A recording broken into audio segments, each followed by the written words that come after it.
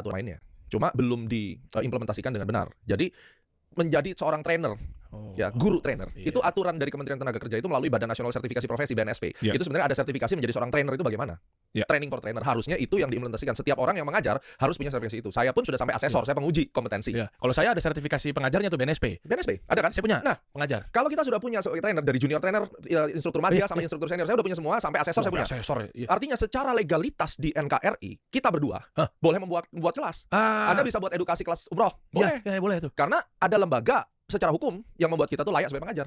Oke. Ya itu dulu, itu lisensi awal. Kedua, Anda bicara tentang financial market. Kompetensimu apa? Di Indonesia ini yang menaungi kan ada OJK, ada Bapepti. OJK, contoh saya punya wakil manajer investasi sebagai fund manager. Saya punya wakil perantara perdagangan efek, ya kan? Ada lagi license yang namanya penasihat investasi, tapi itu dasarnya kita harus punya manajer investasi dulu. Dari sisi perjalanan berjangka itu ada wakil pialang berjangka yang nantinya bisa memberikan rekomendasi, nasihat investasi dan edukasi. Nah, di dalam ini sertifikasi yang license ya. Ada juga sertifikasi profesi. Di mana itu dikeluarkan oleh asosiasi, misalnya Asosiasi Analis Efek Indonesia. Itu mengeluarkan yang namanya CSA, Certified Securities Analyst. Saya batch 4 tahun 2014 dulu. Terus ada Asosiasi Analis Teknikal Indonesia, itu juga mengeluarkan sertifikasi CTAD namanya. Dan saya pemegang Certified Technical yang dunia ya, CFTE, Financial Technician, Certified Financial Technician sama Master Financial Technical Analyst. Ini adalah sertifikasi profesi yang membuat Anda qualified untuk berbicara, membuat analisis, menyajikan analisis ke publik sesuai dengan kaidah-kaidah atau literasi yang sudah disepakati secara internasional. Ada nggak misalnya?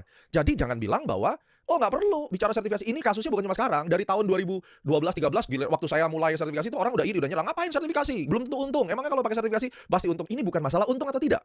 Sertifikasi itu bicara standarisasi dan memastikan produk atau layanan tersebut sudah mengikuti kaidah-kaidah agar tidak merugikan orang banyak. Itu poinnya, bukan masalah untung. Jadi kesalahpahaman masyarakat Indonesia, sudah ikut sertifikasi nantinya juga belum tentu untung kok, hidupnya masih miskin juga. That's not the point. Di luar negeri semua yang berhubungan dengan public service, produk yang kita jual itu harus ada sertifikasinya. Kalau enggak, bagaimana kita tahu seseorang itu kompeten untuk menyajikan layanan yang tidak merugikan publik atau tidak? Jadi dalam hal ini mengajar, kita sudah tahu BNSP punya license. Yang kedua, mau mengajar atau berbicara di publik, membuat analisis di publik, Anda harus memiliki standarisasi. Yang paling penting dari semua ini, dari standarisasi bukan teknik menurut